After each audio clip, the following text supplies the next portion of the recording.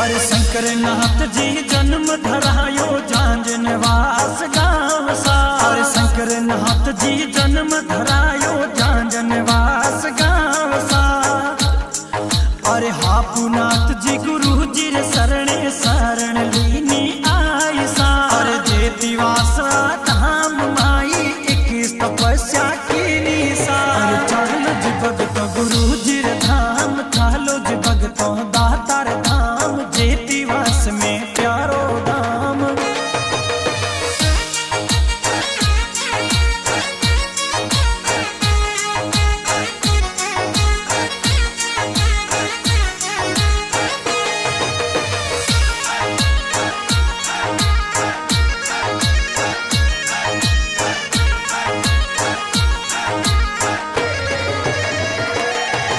अरे धर्माराम जीव शंकरनाथ जी में नामकरण तो होयो सा। अरे हापुनाथ जी गुरु जी रे शरणे नामकरण करवायो सा।